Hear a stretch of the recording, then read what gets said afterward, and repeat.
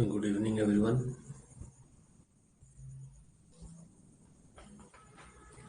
ये national safety conference हम जो पढ़ा रहे हैं, मान लो कुछ सिलेक्टेड पढ़ा रहे हैं, ठीक है, लेकिन फिर भी तुम लोग एक बार, अभी तो टाइम है ही सभी लोगों के पास, तो नेशनल सेफ्टी कॉन्फ्रेंस हम जो पढ़ाएं पढ़ना ही है। साथ में एक बार रीडिंग डाल देना, ठीक है। एक बार पूरा है कि 1 to लेके लास्ट तक 12 तक एक्चुअल में जहाँ पूरा डिटेल लिखा हुआ है वहां से ही रीडिंग डाल देना तुम।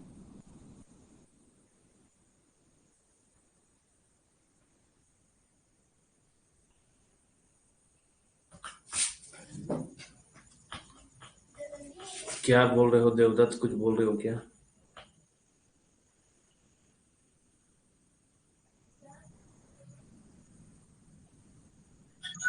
क्या लिखता है?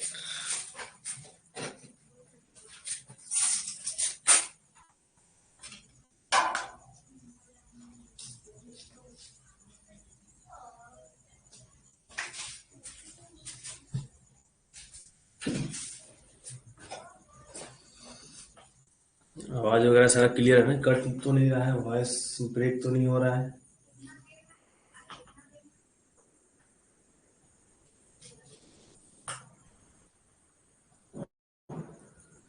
और जो भी लड़के लोग मान लो बीटेक में है, ठीक है, बीटेक कंप्लीट हो गया है, तो ये बिहार एमडीओ का एग्जाम का तो डेट दिया हुआ है, नोटिफिकेशन अभी तक नहीं दिया है, ठीक है। एडवर्टाइजमेंट एडवर्टाइजमेंट भी आ जाएगा, अगस्त में एग्जाम है, तो उसका तैयारी जरूर करना,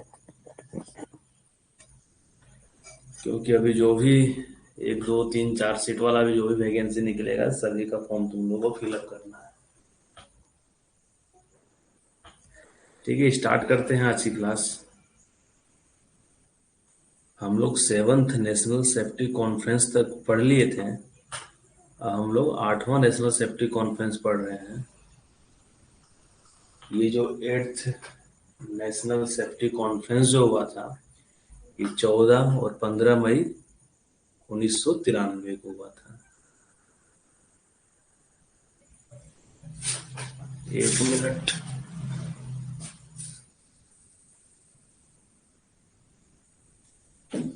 ठीक है, 14 और 15 मई 1993 को हुआ था। तुम लोग सबसे पहले तो जो फर्स्ट लेक्चर में बताया गया है कि कब हुआ है, कहाँ हुआ है, कौन सा नेशनल सेफ्टी कॉन्फ्रेंस, वो तुम लोगों को जरूर याद करना है। अब जब भी नया नेशनल सेफ्टी कॉन्फ्रेंस होता है, तो सबसे पहले जो पुराना एनएससी जो हुआ है उसका रिव्यू करेगा कि उसका इम्प्लीमेंटेशन का क्या स्टेटस है। ये नहीं ना किसी मीटिंग में डिस्कस हो गया, आगे इम्प्लीमेंट हुआ या नहीं, तो सभी में ये आता है। तो यहाँ पे भी वही है कि the committee decided to carry forward the following recommendation of the 7th conference on safety in mines, कि 7वां से कुछ कुछ सिलेक्ट किया है, ठीक है, कि हाँ 7वां जो नेशनल सेफ्टी कॉन्फ्रेंस हुआ था, वहां जो रिकमेंडेशन दिया गया था, जो वहां पे सुझाव दिया गया था, तो वहां से कुछ सुझाव को कैरी फॉरवर्ड किया कि नहीं, ये चीज 8वां में भी हम लोग ये पॉइंट को डिस्कस करेंगे। तो क्या क्या था, और ये जब हम देख रहे थे 10वां तक, तो ये कंटिन्यू दिया हुआ है ये चीज।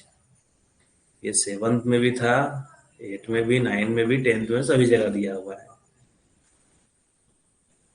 कि necessary facilities for monitoring the environmental parameter in respect of methane and carbon monoxide should be provided eight mines. Mines में स्पेशली मीथेन और कार्बन मोनोऑक्साइड के लिए, ठीक है,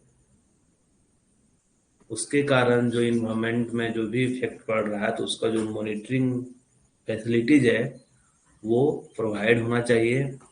तो फैसिलिटी में क्या क्या रहेगा, facilities of continuous type monitoring should be installed, कि ये मीटिंग आज हो रहा है, तो आज से आने वाले 2 साल के अंदर सभी गैसीय ऑफ 3rd डिग्री में, कि हम लोग कंटिन्यूअस मॉनिटर कर पाए कि हाँ मीथेन का क्या परसेंटेज है, कार्बन मोनोऑक्साइड का क्या परसेंटेज है, वो 24 घंटा वाला, जो 24 × 365 डेज हम लोग को हमेशा पता चलते रहे, मतलब कंटिन्यूअस उस पर हम लोग नजर रख पाए।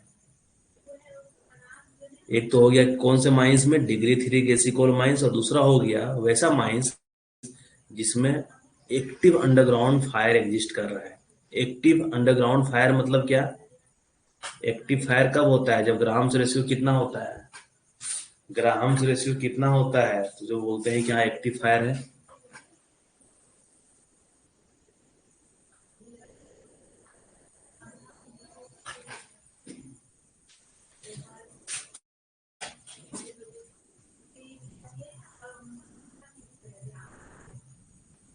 3%। चलो ठीक है, 3% जो ही बोल रहे हो। ये एग्जाम में आया हुआ है क्वेश्चन ये सब कि 1 मतलब 2% और 3% है ना। ग्राम्स रेशियो क्या इंडिकेट करता है? हम लोग सिर्फ सीओ की जांच जो करते हैं H/CMR वो है 7 डेज में, लेकिन जब ग्राहम्स रेशियो का पता करना रहता है, सीओ कितना प्रोड्यूस हो रहा है, O2 कितना कंज्यूम हो रहा है, तो वो 30 दिन में करते हैं ना, वंस इन ए मंथ। और उसके बाद 1% होता है क्या? क्या स्पॉन्टेनियस हीटिंग हो रहा है? 2% में heating is in advance stage, यही था ना। Heating is in advance stage approaching towards active fire. और क्या है? एक्टिव फायर की तरफ अप्रोच कर रहा है। और 3% रहने पे क्या बोलेंगे? एक्टिव फायर में। तो वहां पे तुमको तो फायर नजर आएगा ही आएगा।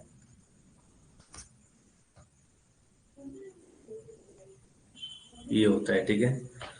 इसी में क्या था कि इंडिजिनस मैन्युफैक्चरर, इंडिजिनस मतलब क्या? स्वदेशी, अपना देश में बनने वाला, ठीक है। Indigenous manufacturer should be encouraged to manufacture necessary equipment, की जो कंटिन्यूअस मॉनिटरिंग करना है कार्बन मोनोऑक्साइड और मीथेन का, इसके लिए जो इक्विपमेंट चाहिए होगा वो इंडिजिनस मैन्युफैक्चरर, कोई अपना स्वदेशी कंपनी उसका मैन्युफैक्चर करे, हम लोग उसको इनकरेज करेंगे। कोई कब मैन्युफैक्चर करेगा? जब उस चीज का डिमांड रहेगा मार्केट में। तब मान लो पूरा जितना इंडिया में माइंस है, ये तो सभी माइंस में लागू होगा। सभी माइंस में बोले कि हमको चाहिए ये 2-2 सेट चाहिए, जितना भी माइंस सभी के लिए मान लो चाहिए, ऑर्डर उतना जाएगा। तो जो भी स्वदेशी कंपनी रहेगा बोलेगा चलो कुछ तो प्रॉफिट होगा, तो चलो हम दे देते हैं। आप कोई बोलेगा स्पेशली हमको 10 माइंस के लिए चाहिए, तो 10 माइंस के लिए तो फिर कोई बनाएगा नहीं, उसके लिए अलग सेटअप करना होगा तो कोई करेगा नहीं।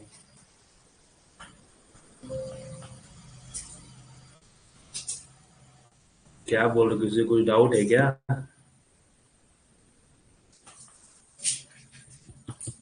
पता नहीं है, ये इस पे ऑप्शन पे क्लिक नहीं हो रहा है यार। बोलो आनंद, कुछ बोल रहे हो?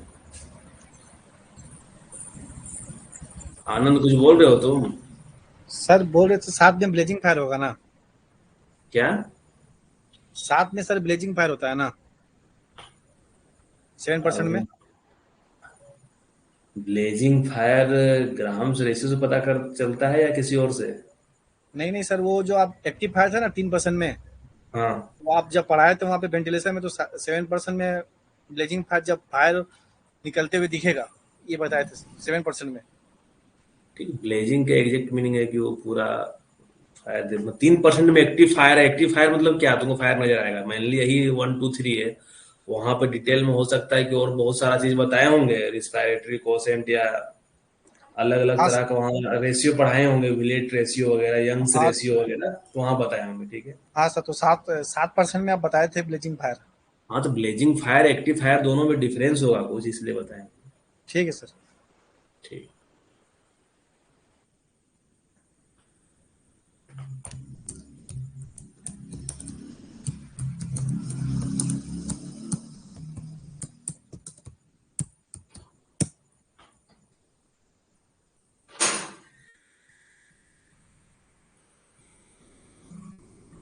देखो, एक्टिव फायर मतलब क्या है? Active fire refers to a system और device they take action to detect, suppress और extinguish a fire.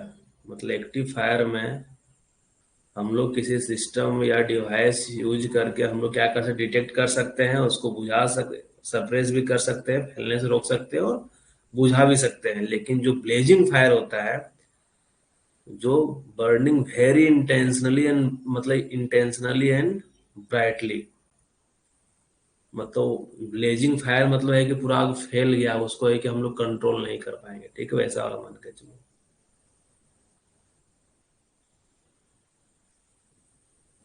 Active fire is a term describing fire protection system that are design to actively fight a fire. मतलब active fire में क्या है, या हम लोग वैसा टर्म है जो डिस्क्राइब करता है कि फायर प्रोटेक्शन सिस्टम जो कि इस प्रकार से डिजाइन किया गया है कि वो एक्टिव फायर से फाइट कर पाए, उसको हम लोग डील कर पाए। लेकिन blazing fire is descriptive term for the visual intensity of fire. तो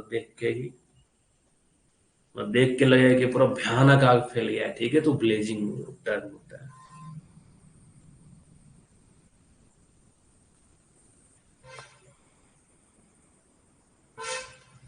इसका पिक्चर वगैरह भी तुमको कहीं मिल जाएगा, ठीक है, ज्यादा डिटेल में नहीं जा रहे।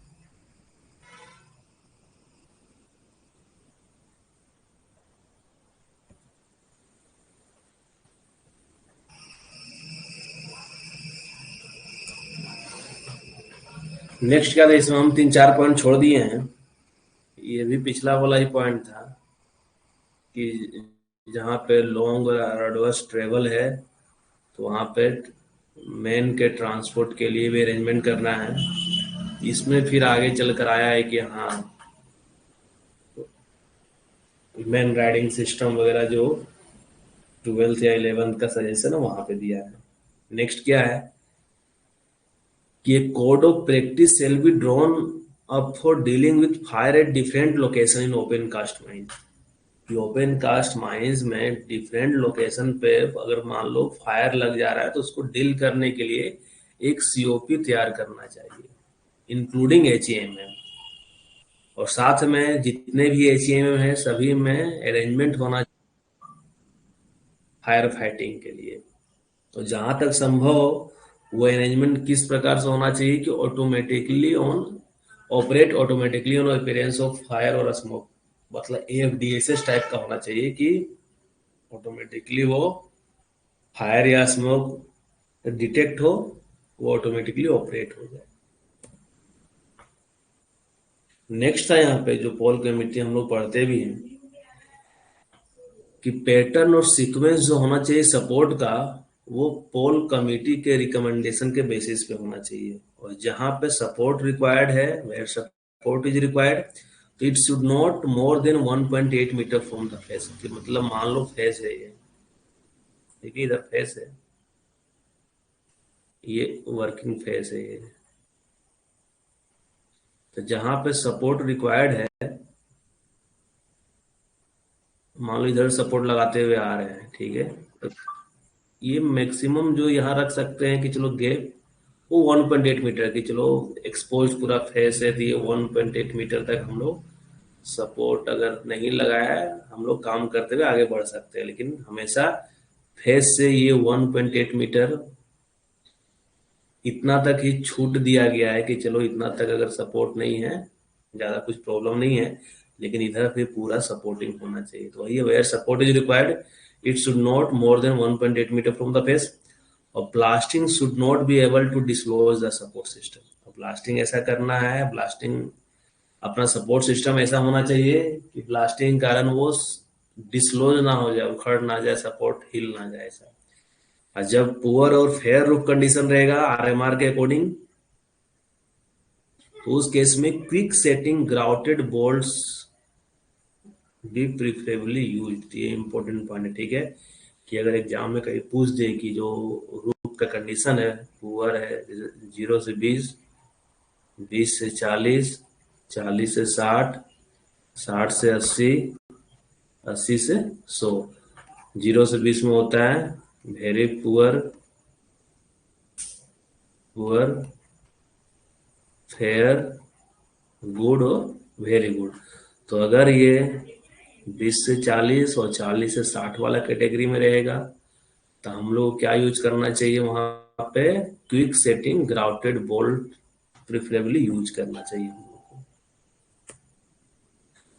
नेक्स्ट क्या है कि जितने भी फ्रंट लाइन सुपरवाइजर्स हैं, सुपरवाइजरी ऑफिशियल, जैसे कि माइनिंग सरदार कोल माइंस में, माइनिंग मेट मेटल माइंस में, ओवरमैन कोल माइंस में, फोरमैन मेटल माइंस में, सर्वेयर हो गया, इलेक्ट्रिकल या मैकेनिकल सुपरवाइजर हो गया, चार्जमैन हो गया, फोरमैन हो गया। चार्जमैन वगैरह कोल माइंस का कॉन्सेप्ट नहीं है, ये मेटल माइन में हुआ, ठीक है। As well as person supervising other surface operation, वो सभी को क्या करना, structure training in safety management में इम्पार्ट करना है। ये सब डीजीएमएस वायलेशन देके जाता है कि आपका जो भी फ्रंट लाइन सुपरवाइजर है, माइनिंग सरदार, ओवरमैन, वो लोग को ये स्ट्रक्चर ट्रेनिंग प्रोवाइड नहीं किया गया है। ये जो structure training in safety management provide करना है सभी फ्रंट लाइन सुपरवाइजर को, इसके बारे में कहाँ पे बात किया गया है, ये जो 8वां नेशनल सेफ्टी कॉन्फ्रेंस पढ़ रहे हैं उसमें क्या है कि कम से कम 2 सप्ताह का वो ट्रेनिंग होना चाहिए साल में, मतलब 5 साल में एक बार। और हर एक साल है कि जिस तरीके से आईएमई पीएमई या बीटीसी वगैरह भेजते हैं ना कि हर एक 20% अपने एम्प्लॉय है, तो उसी तरीके से फ्रंट लाइन सुपरवाइजर जो भी है 20%, 10 है तो 10 का 20% कितना हो जाएगा, 2 हो जाएगा ना। तो 2 ओवरमैन, 2 फ्रंट लाइन सुपरवाइजर को मतलब हर एक साल 2-2 करके भेज के कंप्लीट कर लेना है, ये ध्यान रखना ट्रेनिंग वाला। नेक्स्ट क्या है, ये भी यहीं पे कॉन्सेप्ट लाया है 8वां में ही कि ऑडियोमेट्री शुड बी इंट्रोड्यूस्ड। होता है ना कान का चेकअप जो होता है, तो वही audiometry should be introduced as a part of mandatory medical examination. किसी का भी ज्वाइनिंग होता है, ज्वाइनिंग करने से पहले मेडिकल एग्जामिनेशन होता है। मैंडेटरी मतलब आवश्यक, ये नहीं कि मेडिकल एग्जामिनेशन के बिना कोई आदमी ज्वाइन कर लेगा, नहीं हो सकता है। पहले कंपनी उसका मेडिकल एग्जामिनेशन करवाएगा, डॉक्यूमेंट वेरिफिकेशन करवाएगा, जब ओके रहेगा तो फिर मेडिकल एग्जामिनेशन करवाएगा। तो जो भी आदमी एम्प्लॉयमेंट लेने जा रहा है माइंस में, उसके लिए, या जो भी व्यक्ति इंगेज्ड है ऑपरेशन में, अब मान लो ये 8वां नेशनल सेफ्टी कॉन्फ्रेंस में सुझाव दिया गया है, इससे पहले तो इसके बारे में कॉन्सेप्ट नहीं था। मान लो 7वां, इससे पहले जो माइंस में आदमी काम कर रहा है, तो उस दिन से मतलब उसका भी ऑडियोमेट्री टेस्ट होना चाहिए। And for the persons engage in operation areas where noise level exceeds 90 dB।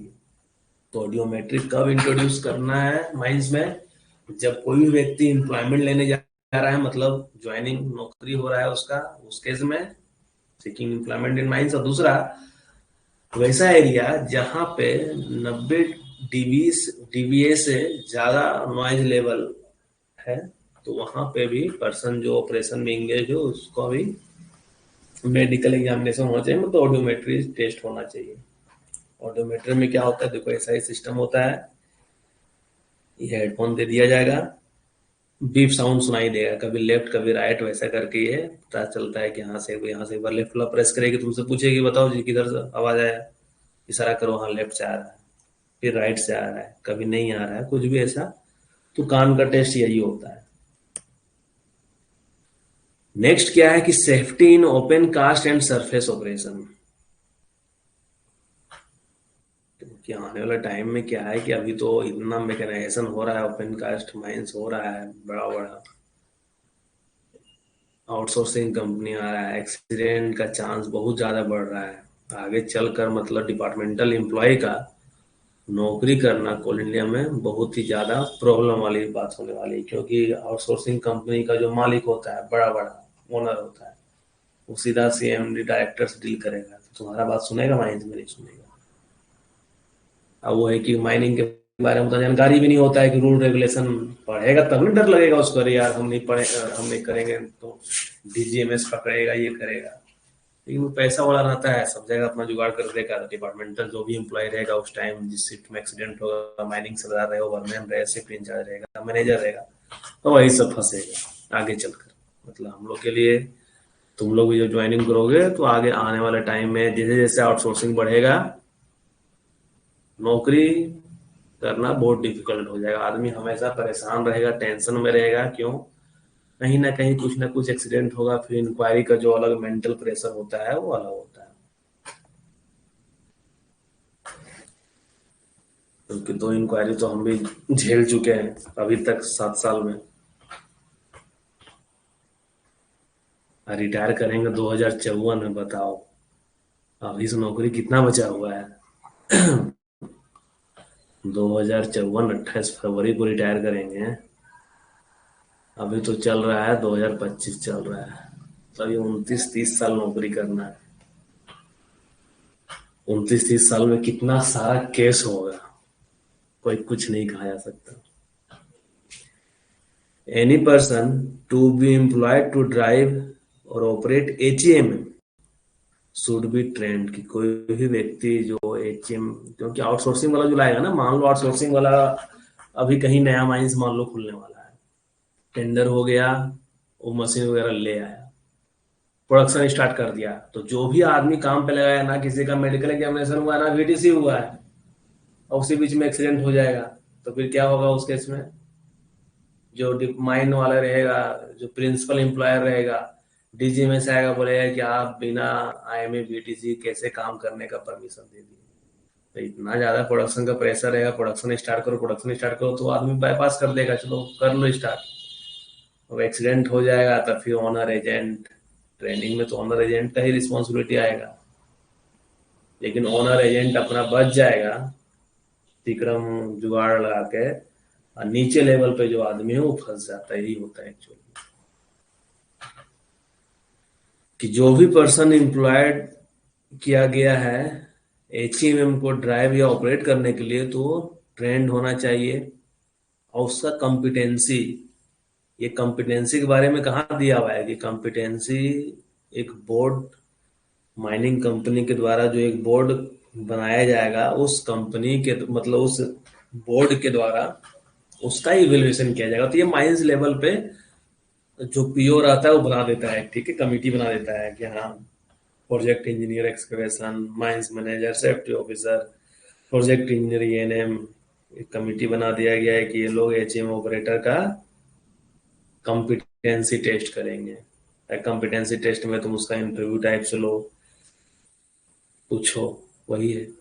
The member of such board, और वो जो मेंबर होता है सच बोर्ड का, ये ध्यान रखना कि जो व्यक्ति ट्रेनिंग प्रोवाइड किया है, होता है ना कि मान लो सभी का स्टार्टिंग में ट्रेनिंग होता है, बीटीसी वोकेशनल ट्रेनिंग दिया जाता है जहाँ पे इनिशियल बेसिक ट्रेनिंग होता है, तो वहां पे जो ट्रेनिंग उसको प्रोवाइड किया गया है, जो ट्रेनिंग ऑफिसर दिया है ट्रेनिंग, वो इसका पार्ट नहीं, मतलब मेंबर नहीं होना चाहिए, लेकिन उसको ये ध्यान रखना, the members of such board, वो जो बोर्ड रहेगा इवोल्यूशन जो करेगा, कॉम्पिटेंसी टेस्ट करेगा ऑपरेटर लोग का, लेकिन किसका करेगा? ऑपरेटर ऑफ एचईएमएम, ध्यान रखना, सभी का नहीं करना है, सिर्फ ऑपरेटर का ही करना है, एचईएमएम के ऑपरेटर का कॉम्पिटेंसी टेस्ट करना है। ये एज पर अभी जो सीएमआर जो आ गया है, सीएमआर में देख लेना 216 नंबर रेगुलेशन का सब रेगुलेशन 5 में दिया हुआ है,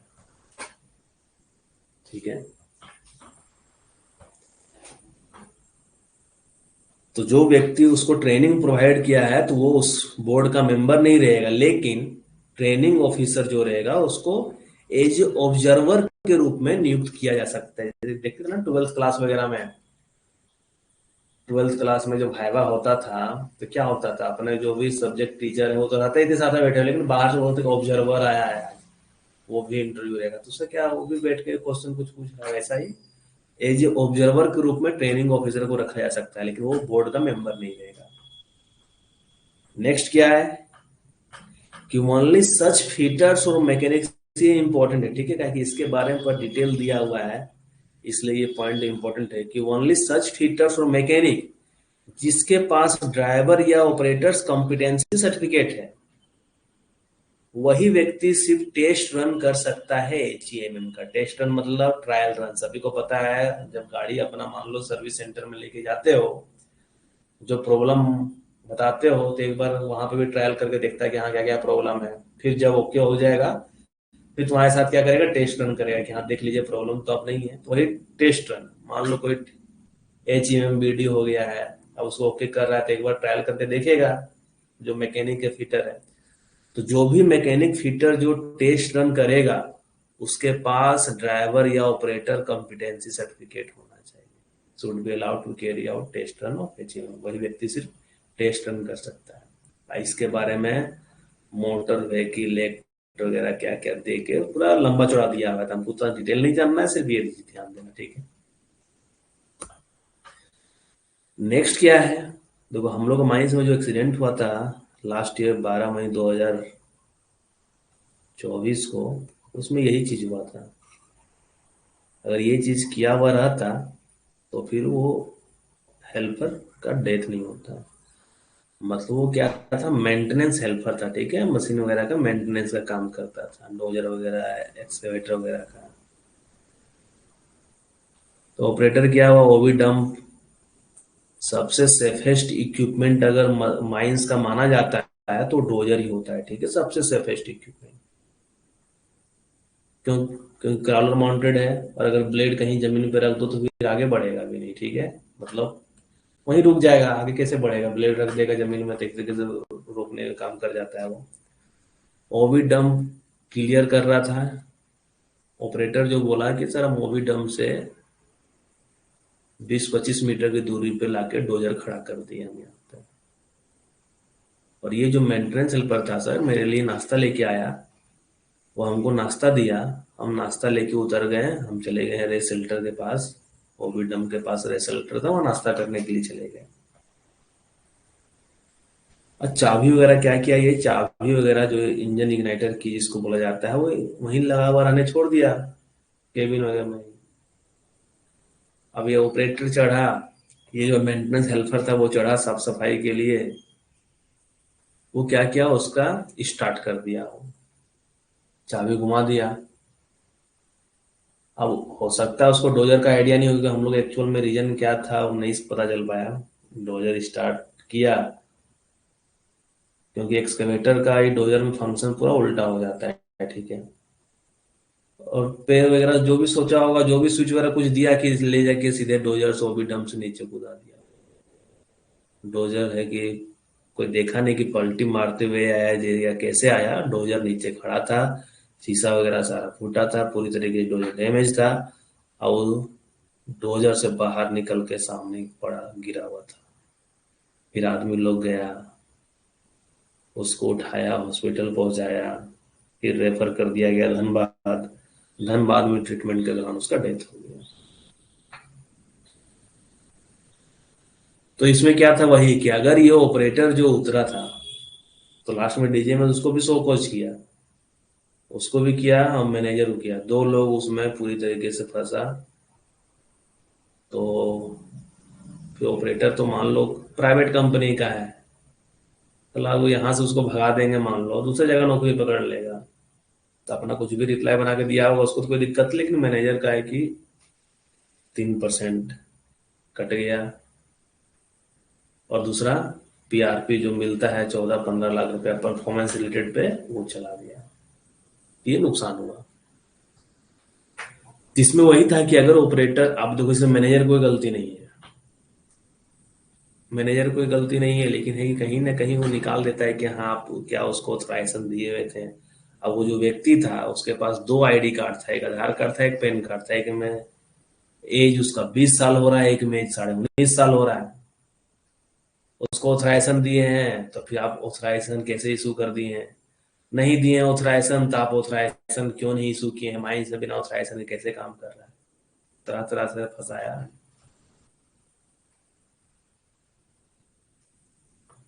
तो वही है कि अगर वो व्यक्ति इंजन की और केबिन की अपने पास रखा रहता तो एक्सीडेंट नहीं होता।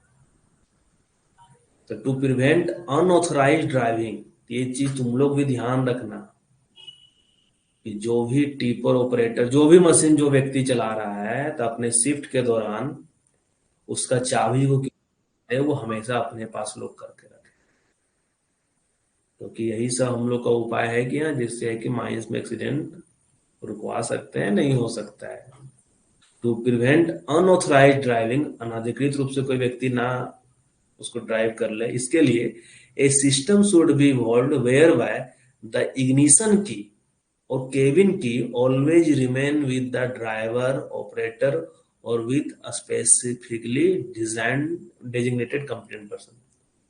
या मान लो व्यक्ति क्या कर रहा है, जो सुपरवाइजर उसको देते चाबी, मतलब जो भी डेजिग्नेटेड कंप्लेंट पर्सन है या ड्राइवर ऑपरेटर अपने पास उसका की हमेशा रहे। ये टीचिंग में इसका देखना साइड पे भी ये चीज दिया हुआ है, ये फाइंडिंग आया हुआ है, ये चीज हमको उसी टाइम समझ में आया कि अच्छा है। तो फिर हम लोग को बोला कि आप एसओपी में, अब नेक्स्ट जो भी एसओपी हम लोग बना रहे हैं उसमें ही लिख रहे हैं, सभी में एक पॉइंट लिख रहे हैं कि हाँ, कार्य के समय मोबाइल फोन यूज नहीं करना है, तो बाकी लोग नहीं, तो मोबाइल फोन यूज करता है, लेकिन फिर भी लिखना मोबाइल फोन यूज नहीं करना है। दूसरा क्या है कि सभी का चाबी जो है वो शिफ्ट के दौरान अपने पास रखना, जो ऑपरेटर है वो रखेगा, या किसी ये जो दिया हुआ है डेजिग्नेटेड कंप्टेंट पर्सन को उसको हैंड ओवर करेगा। ध्यान रखना तुम लोग जो भी दोस्त वगैरह जिस भी सब्सिडरी कंपनी में ज्वाइन किया है, ये सब चीज थोड़ा उसको बताना। और नेक्स्ट क्या है, use of tractor trailer combination on haul road should be discontinued. कि हो सकता है उस टाइम ट्रैक्टर देख रहे हो ना, ईटा और बालू का जो ढोता है ट्रैक्टर, जो ट्रैक्टर का जो पीछे वाला जो दिखता है उसको ट्रेलर बोलते हैं। तो ट्रैक्टर ट्रेलर कॉम्बिनेशन जो है वो होल रोड में डिसकंटिन्यू कर देना चाहिए।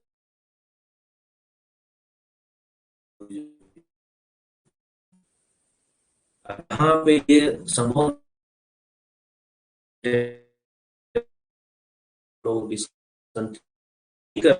तो trailer should have separate brake of its own. कि ट्रेलर जो है, जो पीछे वाला जो पोर्शन होता है, इंजन हो गया, ट्रैक्टर का एक ट्रेलर हो गया, तो जो पीछे वाला जो पोर्शन है ट्रेलर का, अपना सेपरेट ब्रेक सिस्टम होना चाहिए।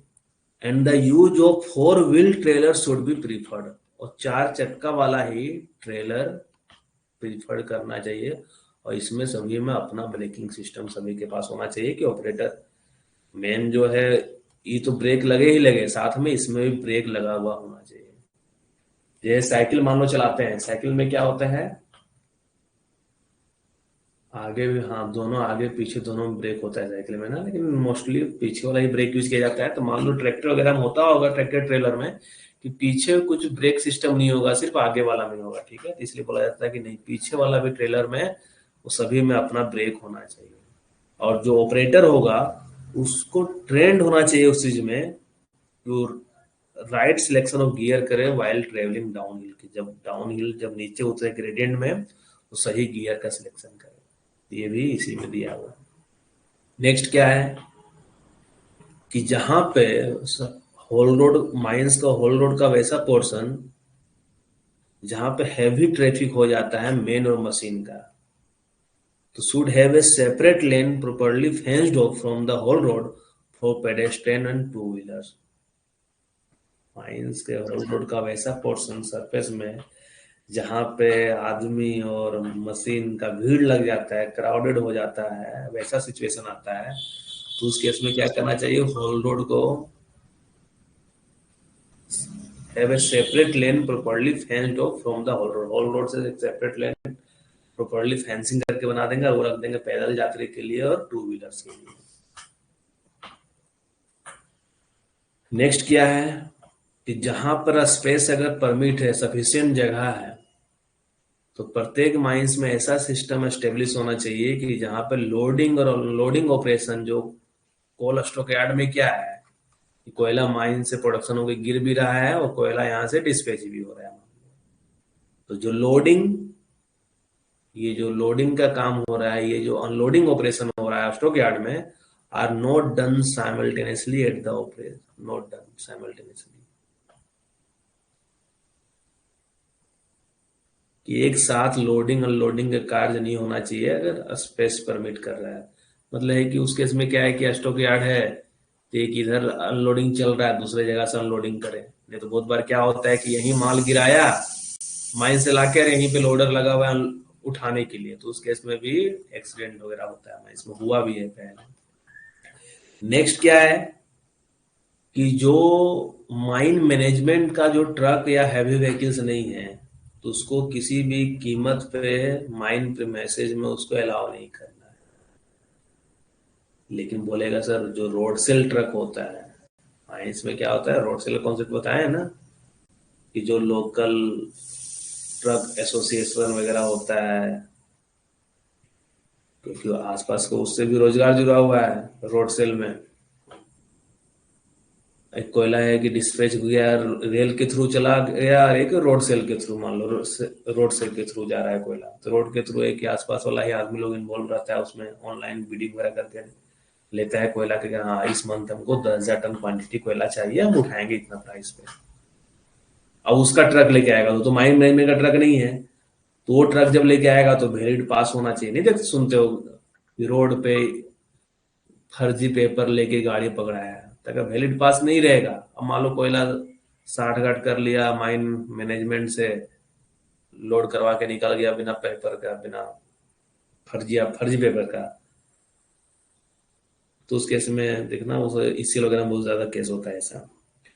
तो बिना वैलिड पास का, जो कि कॉम्पिटेंट अथॉरिटी, तो उस केस में जो एरिया जो डिस्पैच ऑफिसर वगैरह होता है ना, dispatch officer valid pass issue करता है, चलान इशू करता है कि हाँ ये पास लेके जाइए, आपका माइंस में एंट्री होने का ये पास है। तो जो चेक पोस्ट पे रहेगा, जो गार्ड वगैरह वो चेक करेगा कि हाँ अच्छा ठीक है, ये डिस्पैच ऑफिसर का साइन है, मतलब इसको परमिशन मिल गया, ये माइंस में फिर मैसेज में जा सकता है, वहां कोयला लोडिंग ले सकता है। तो ट्रक और अदर व्हीकल्स जो मैनेजमेंट का नहीं है should not be allowed in the mine premises without a valid pass issued by competent authority of that mine. Before the pass is issued, pass issue करने से पहले माइन इंजीनियर जो रहेगा वो एक बार चेक कर लेगा road worthiness of such vehicle, क्या ये जो टिपर है, ये जो गाड़ी है, ये रोड पे चलने वाला कंडीशन में है कि नहीं। ये जरूर चेक कर लेना है पास इशू करने से पहले। और at the check gate the licence of driver should also be checked for eliminating the possibility of unlicensed person driving the vehicle. सभी ऐसा क्यों किया जा रहा है? सेफ्टी के लिए किया जा रहा है कि अगर बिना लाइसेंस होल्डर वाला ही काम करेगा, मतलब टिपर लेके जाएगा, धक्का मार देगा,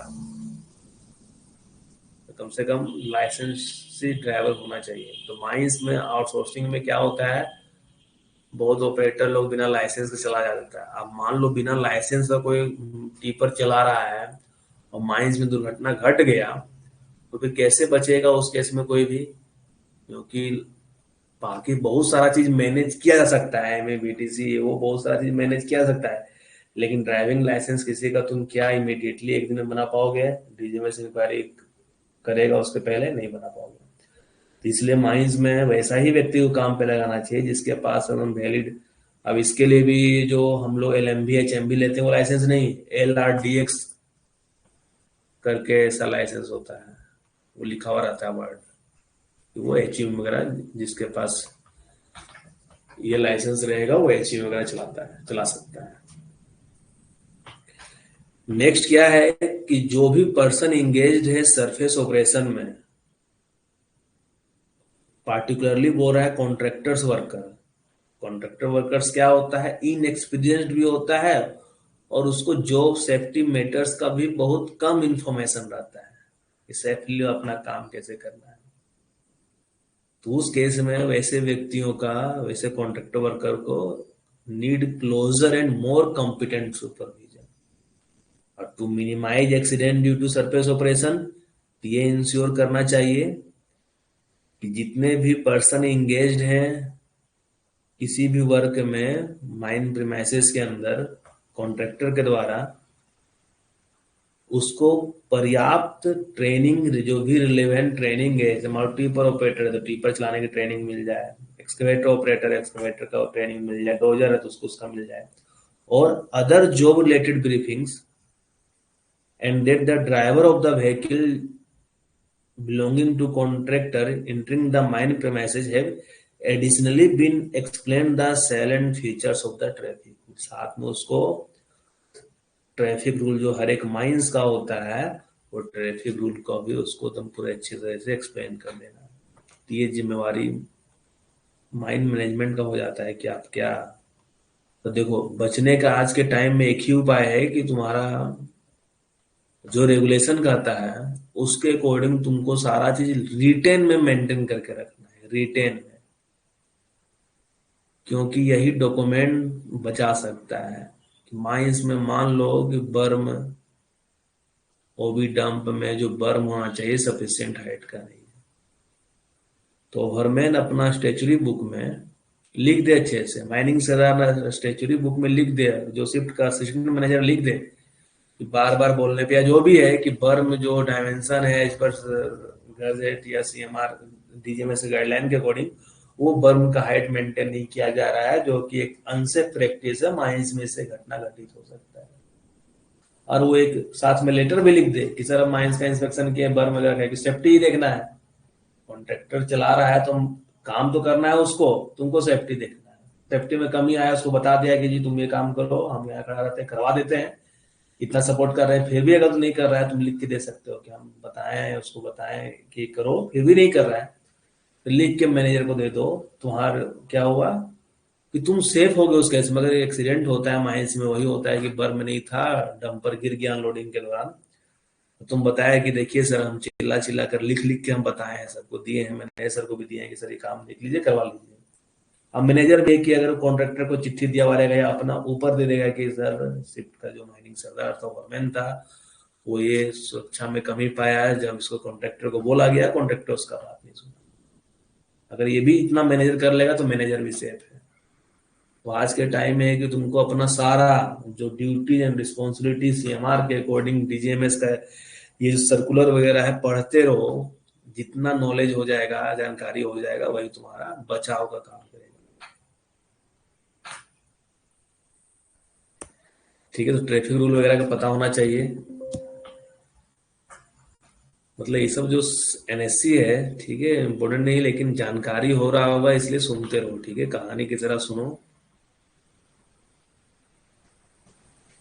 और ज्यादा इसमें कुछ करना तुम लोग है नहीं। कहाँ तक गए हैं, अभी 8वां ही पढ़ रहे थे ना।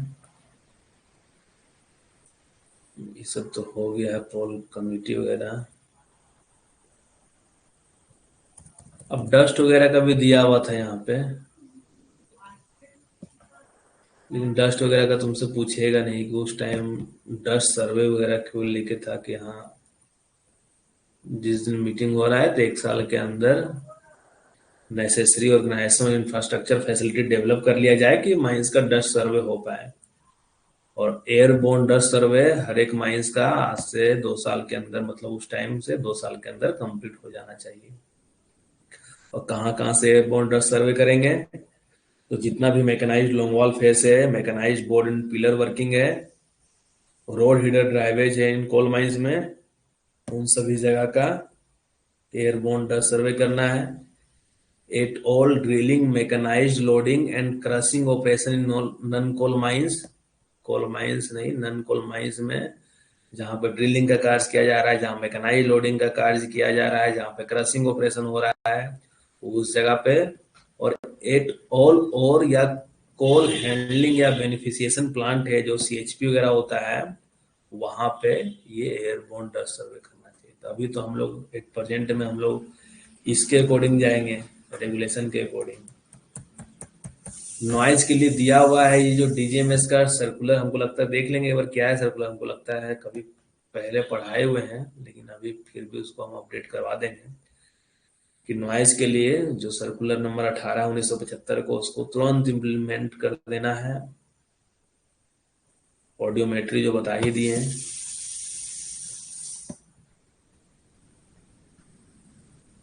तो ये जो हम लोग पढ़े नॉर्मली 8वां नंबर जो नेशनल सेफ्टी कॉन्फ्रेंस, वो हम लोग का, और बाकी सेफ्टी इन ऑल माइंस था, ऑयल माइंस था।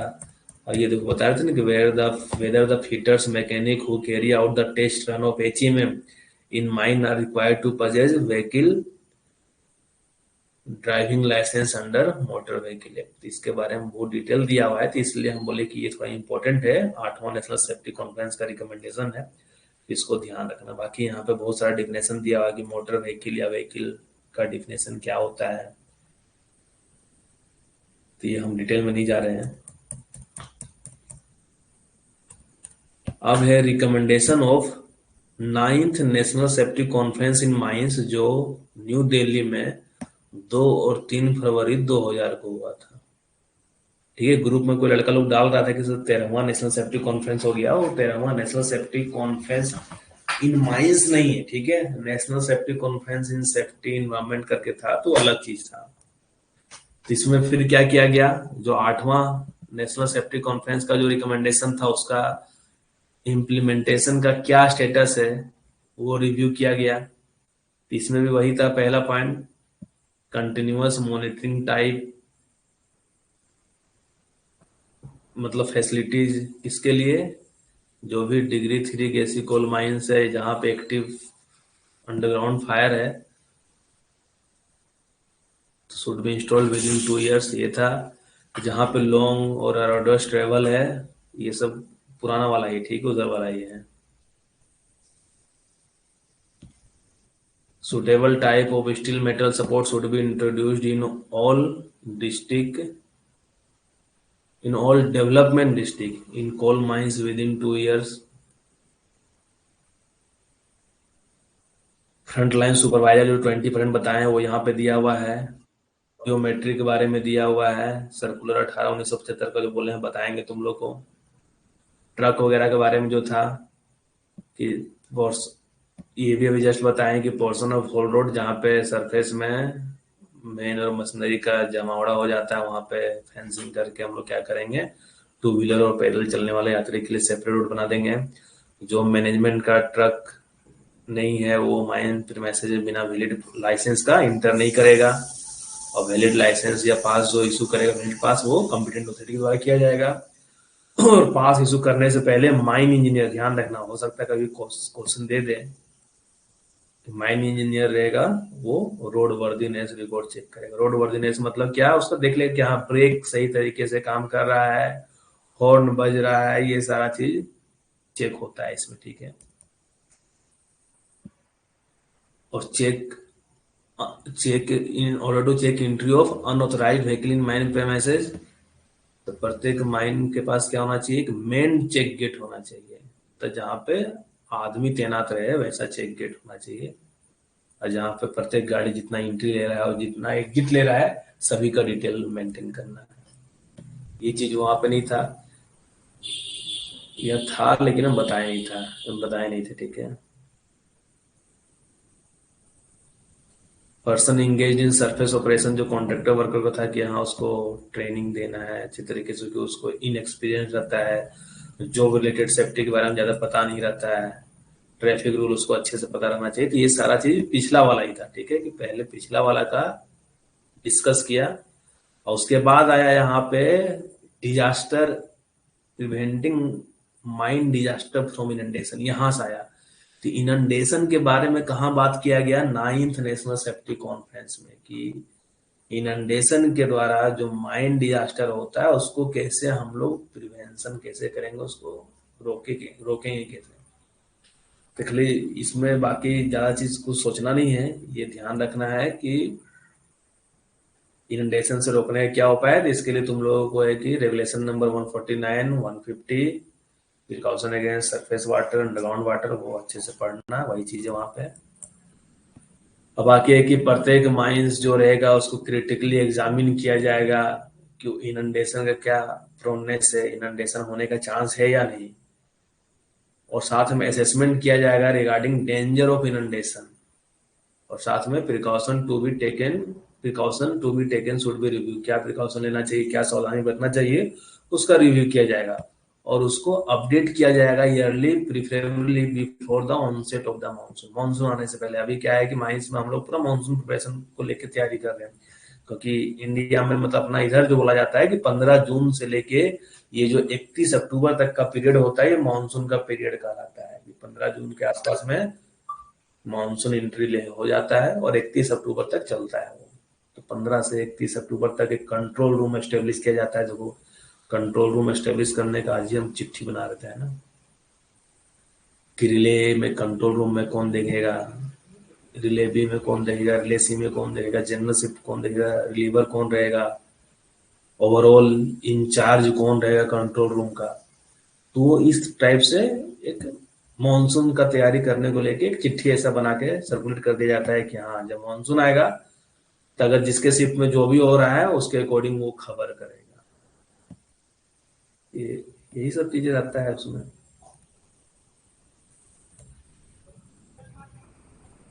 The recommendation may be deliberated in the pit safety committee of the mine and information disseminated as widely as possible.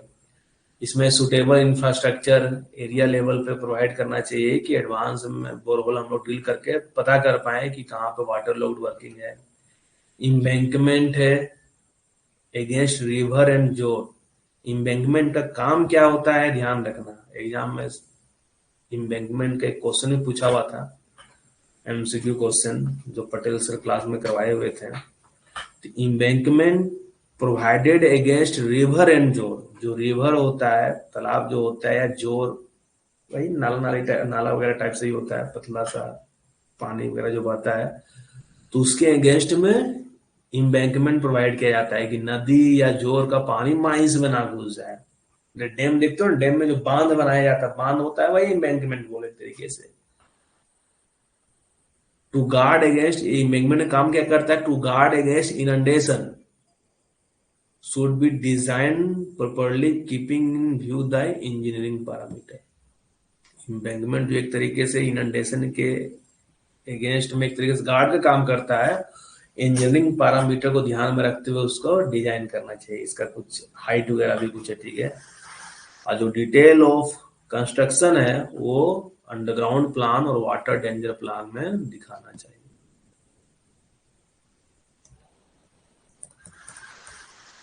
Surface excavation वगैरह, मतलब इनंडेशन का इसमें पहला पॉइंट था। दूसरा क्या था इसमें पॉइंट? वाइंडिंग को लेके, ठीक है। वाइंडिंग सिस्टम मतलब जहां पे मान लो साफ्ट वगैरह है, जिसका ही उसी का यूज कर रहा है आदमी माइंस में अंदर जाने के लिए और बाहर निकलने के लिए, तो अगर एडवर्स वेदर कंडीशन रहेगा वो फिर भी यहाँ स्टीम या इलेक्ट्रिसिटी फेल कर जाएगा कोई रीजन, वो हमेशा ऑपरेशन कंडीशन होना चाहिए, मेड कॉन्स्टेंटली अवेलेबल।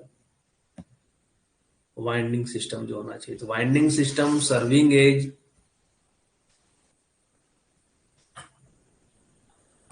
काम कहे नहीं कर रहा है यार ये।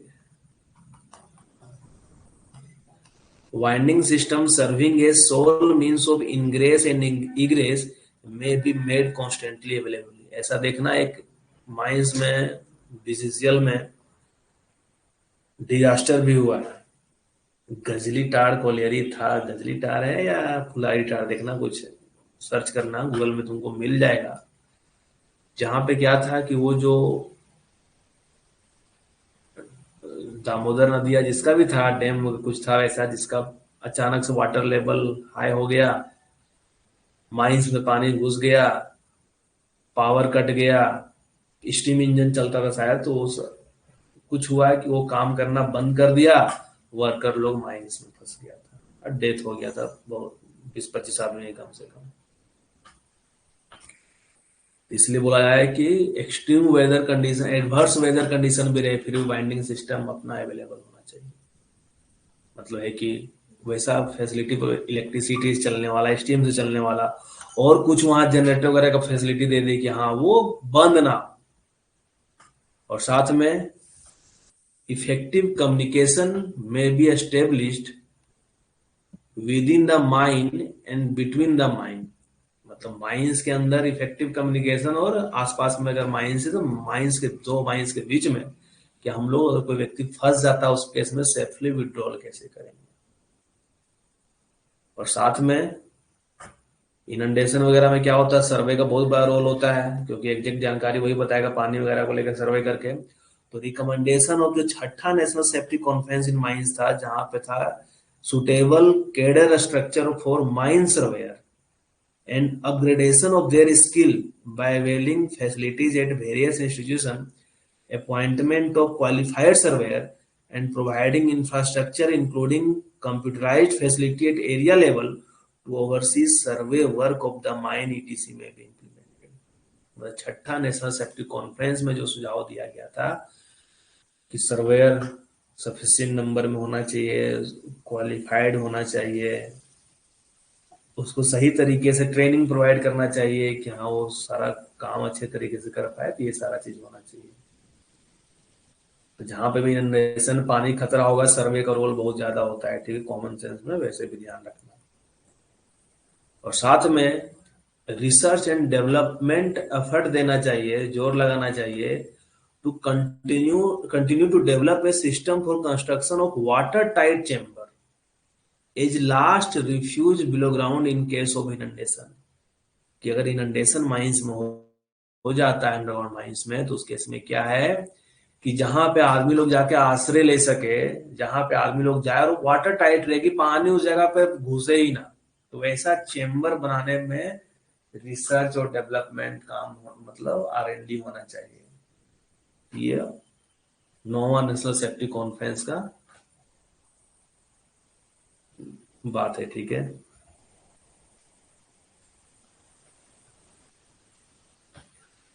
नेक्स्ट क्या है, प्रिवेंटिंग माइन डिजास्टर, तीसरा नंबर पॉइंट, ठीक है। Preventing mine disasters, row fire and effective emergency response.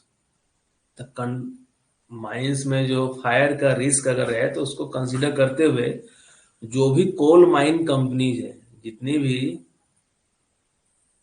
Coal mine companies है, उसको क्या करना है, अपने कोल माइंस को रैंक करे on uniform scale according to its risk from fire on scientific basis. मतलब साइंटिफिक बेसिस पे प्रत्येक कोल माइन कंपनी अपने कोल माइंस का रैंकिंग करे कि हाँ इसमें आग लगने वाला बहुत ज्यादा चांस है, इसमें नहीं है, ऐसा करके साइंटिफिक बेसिस पे। और ये जो गाइडलाइन रहेगा साइंटिफिक बेसिस कैसे हम लोग डिसाइड करेंगे, तो वो डीजीएमएस को बनाना, फ्रेम्ड बाय डीजीएमएस, और सर्कुलेट कर दे सभी कोल माइनिंग कंपनी या सभी माइनिंग कंपनी को। Recognising the urgent need for making the emergency plan responsive speedy and effective, each mine shall review the existing emergency plan. कि उस टाइम नोवा नेशनल सेफ्टी कॉन्फ्रेंस के दौरान जो प्रत्येक माइंस का मान लो उससे पहले जो भी एग्जिस्टिंग इमरजेंसी प्लान था उसको बोला रिव्यू कीजिए आप, कि इमरजेंसी केस में हम लोग कुछ फायर वगैरह केस हो जाए तो उस केस में हम लोग कैसे स्पीडी और इफेक्टिव तरीके से हम लोग उस प्लान को मतलब यूज कर पाएंगे। प्लान को यूज कर पाएंगे मतलब क्या, प्लान को फॉलो कर पाएंगे कि हाँ आदमी कैसे विड्रॉ वगैरह करेंगे वहां से। At higher level keeping in view the risk from fire. और साथ में तीसरा में क्या दिया हुआ है कि ट्राइपार्टाइट कमिटी में be form to study the feasibility of establishing rescue room in coal mines having risk of fire and employing more than 350 person ordinarily employed in a shift below ground.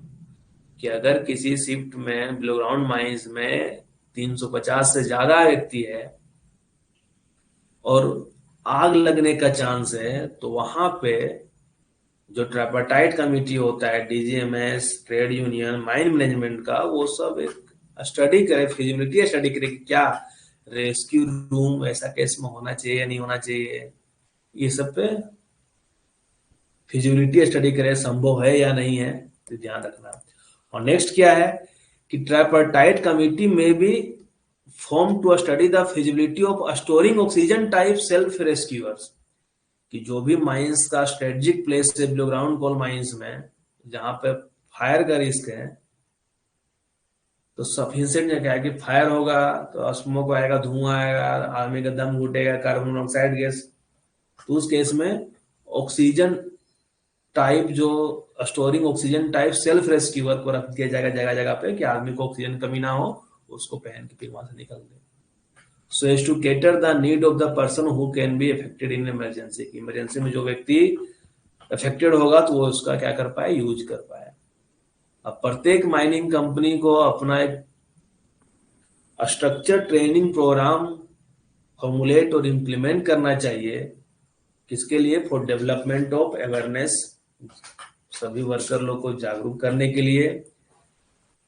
Increasing effectiveness of the emergency response in case of fire amongst work person officials and management. Fire के case में जो work person है, officials है, management है, उसके लिए एक structure training programme formulate और इम्प्लीमेंट करना चाहिए प्रत्येक माइनिंग कंपनी को कि वो जागरूक और साथ में emergency response, increasing effective emergency response का इफेक्टिवनेस कैसे बढ़ा पाए। इसके लिए अभी मान लो गिरिडीह में ही कुछ दिन पहले पचम्बा के आसपास में गिरिडीह कोई आदमी को उसको पता हो, लड़का कोई होगा, तो आग लग गया था जहां पे देखिए कि एक माँ और एक बेटी का डेथ हो गया था।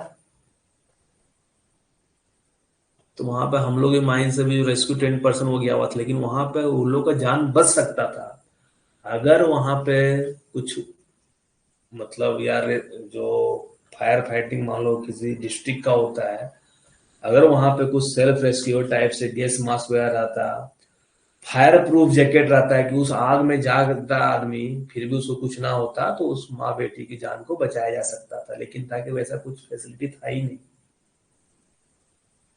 सीसीएल को फोन किया, सीसीएल की ओर से इधर से हम लोग हेलमेट और फायर प्रूफ जैकेट वगैरह भेजे, लेकिन कोई वो अंदर जाने की हिम्मत नहीं कर रहा है वहां पे, तो जिसके कारण से माँ बेटी का जान चला गया, बाकी लोगों को बचा लिया गया था। इस सब पे बहुत सारा अभी भी काम, मतलब जोर देने वाली बात है कि कहीं आग लग, मान लो वही एक्टिव फायर है, ब्लेजिंग फायर है, उस केस में कि पहन के फायर सूट भी होना चाहिए, इफेक्टिव होना चाहिए, कि जो पता चला कि जो व्यक्ति गया है वो भी जल जाए, तो ऐसा भी नहीं होना चाहिए। क्योंकि धुआं वगैरह का केस अलग है कि आदमी सेल्फ रेस्क्यू जाएगा पहन के बच जाएगा, लेकिन अगर पूरा आग वाले केस में अगर कोई व्यक्ति सेल्फ रेस्क्यूअर भी पहन के जाएगा तो भी तो जलने का चांस रहेगा। और नेक्स्ट क्या है, क्लास 10 मिनट और लगेगा, ठीक है, इसको कंप्लीट करके नोवा को छोड़ देंगे आज, क्योंकि नोवा डिटेल में पढ़ा रहे, 10वां फिर ज्यादा हमको पढ़ाने की जरूरत नहीं पड़ेगा। Risk management as a tool for, सुनते रहो सिर्फ, ठीक है, कहानी जैसा जो बता रहे हैं सुनते रहो, कभी ना कभी काम ही आएगा।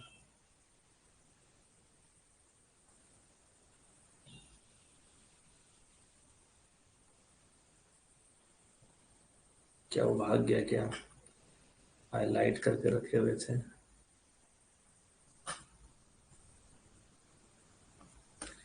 Risk management as a tool for development of appropriate health and safety management system.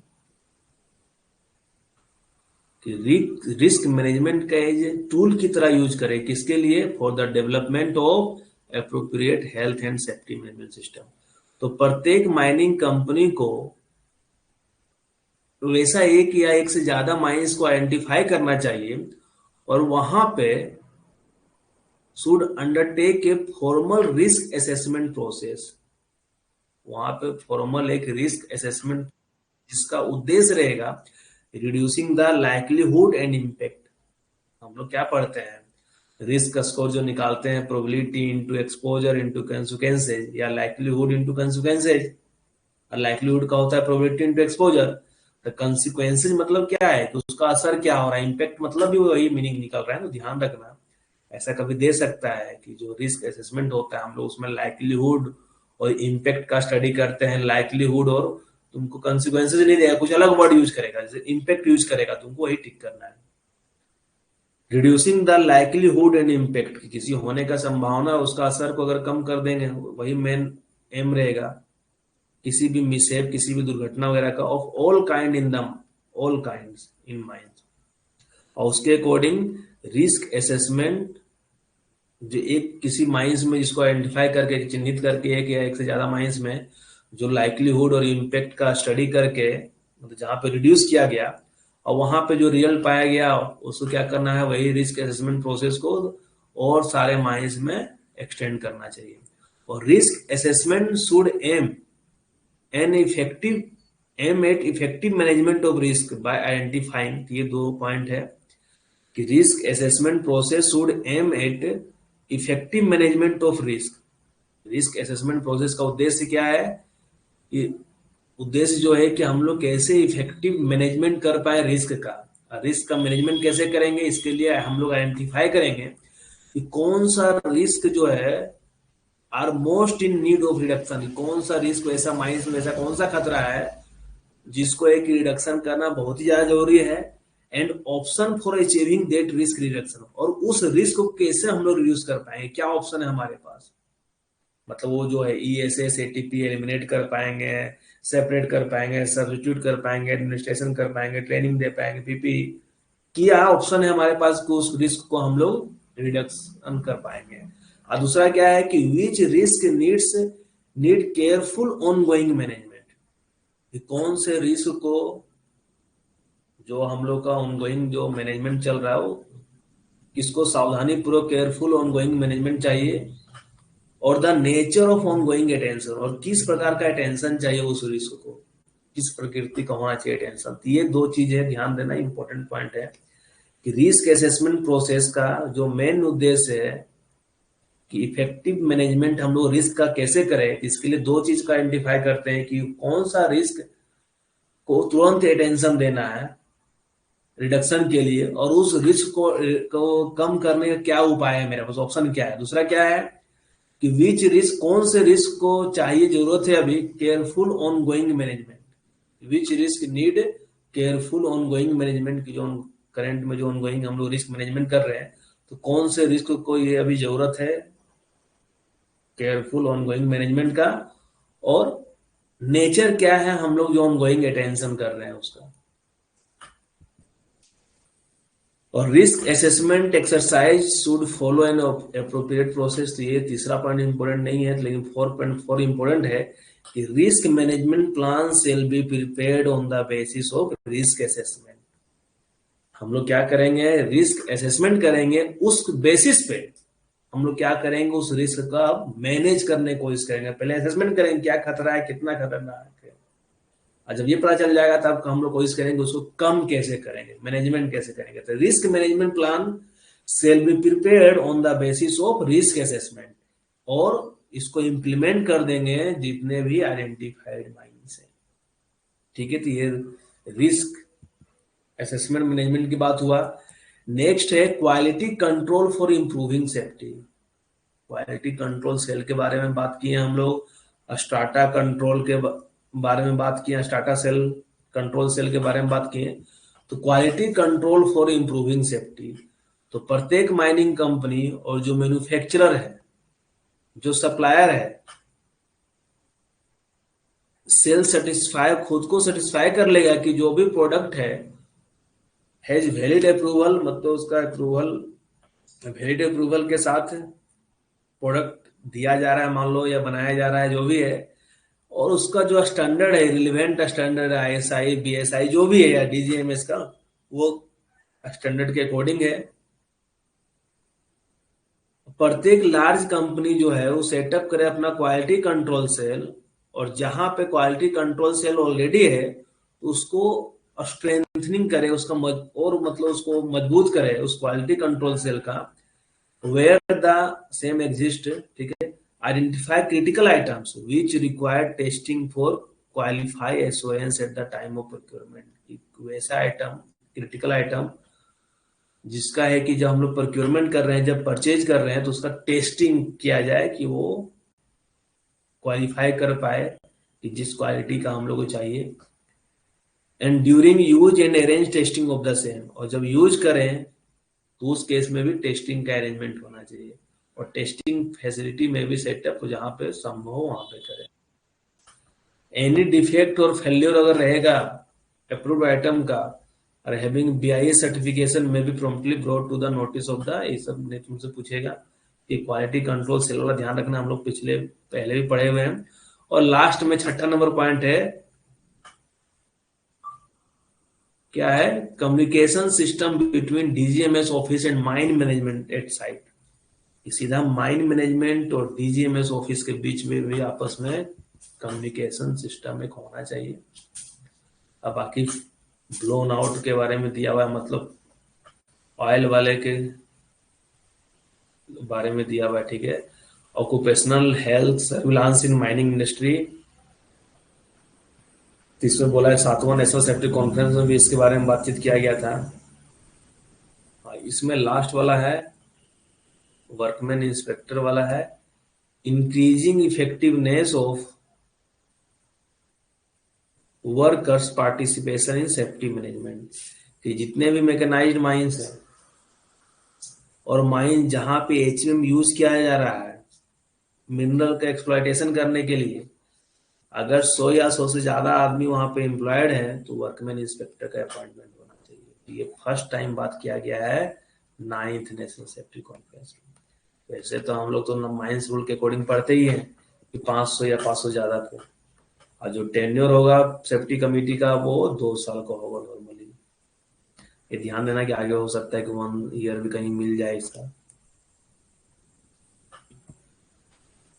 ये था 9th नेशनल सेफ्टी कॉन्फ्रेंस। और जब 10th स्टार्ट करेंगे, 10th में देख लो जितना 9th का पढ़ाए हैं एकदम बहुत सारा पॉइंट स्टार्टिंग से लेके सारा दिया हुआ है। ठीक है, तो 8 9 10 में बहुत सारा पॉइंट कॉमन है तुम्हारा। इनंडेशन वगैरह भी पॉइंट है ना, अभी जो पढ़ाएंगे वाला। माइन डिजास्टर, क्वालिटी कंट्रोल, ये गैस के लिए है, ब्लोन आउट वाला। ये यहाँ पे IME PME वाला था, ये वर्कमैन इंस्पेक्टर वाला है। अब यहाँ से स्टार्ट होता है कॉन्ट्रैक्टर वर्क विज सेफ्टी के बारे में। एम्प्लॉयर्स का क्या रिस्पॉन्सिबिलिटी है, एम्प्लॉय का क्या रिस्पॉन्सिबिलिटी है, तो ये सब हम लोग नेक्स्ट क्लास में पढ़ेंगे। तुम लोग क्लास अभी अल्टरनेट चलेगा कुछ दिन, ठीक है, क्योंकि कल से हम mineral development officer class start कर रहे हैं। तो कितना कमिटी होता है टोटल माइंस में, कौन सा कमिटी की बात करें? कमिटी बहुत कमिटी बना सकते हैं। ऑफिशियली जो एक पीट सेफ्टी कमेटी है, यही एक कमेटी है। और कोई कमेटी है? हम लोग माइंस वगैरह में और तो कुछ नहीं पढ़ते हैं कमेटी। एक सेक्शन 12 वाला पढ़ते हैं तो DG में ऐसा कमेटी होता है। इस एक सेक्शन 12 बोल सकते हैं माइंस एक्ट का, वो कमेटी होता है पीट सेफ्टी कमेटी। बाकी तुमसे कोई कमेटी के बारे में, बाकी नॉर्मल जनरल मैनेजर चाहे कितना भी कमेटी बना दे कि हाँ कॉम्पिटेंसी टेस्ट करने के लिए एक बोर्ड बना देगा, प्रोजेक्ट इंजीनियर बनाता है वैसे वो, प्रोजेक्ट ऑफिसर बनाता है एजेंट, GM चाहेगा बोलेगा कि हाँ सिविल वर्क जो होता है क्वार्टर का रिपेयरिंग मेंटेनेंस होता है वो सही क्वालिटी में हो रहा है कि नहीं, उसके लिए एक टीम बना देगा कि तुम जाओ जी थोड़ा जांच करके आओ। तो इस तरीके से बहुत सारा कमेटी बनाया जा सकता है, तो तुमको कमेटी से मतलब नहीं है। डबल साउंड कब आ रहा था? अभी ठीक है कि नहीं, कि डबल साउंड ही जा रहा था हमेशा?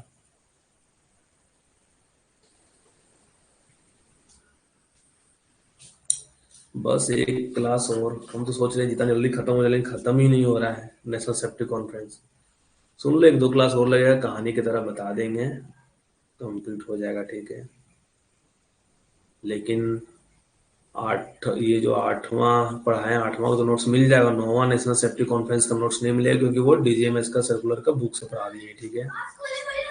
तो तुम लोग ध्यान देना, क्योंकि वो स्क्रीनशॉट वगैरह या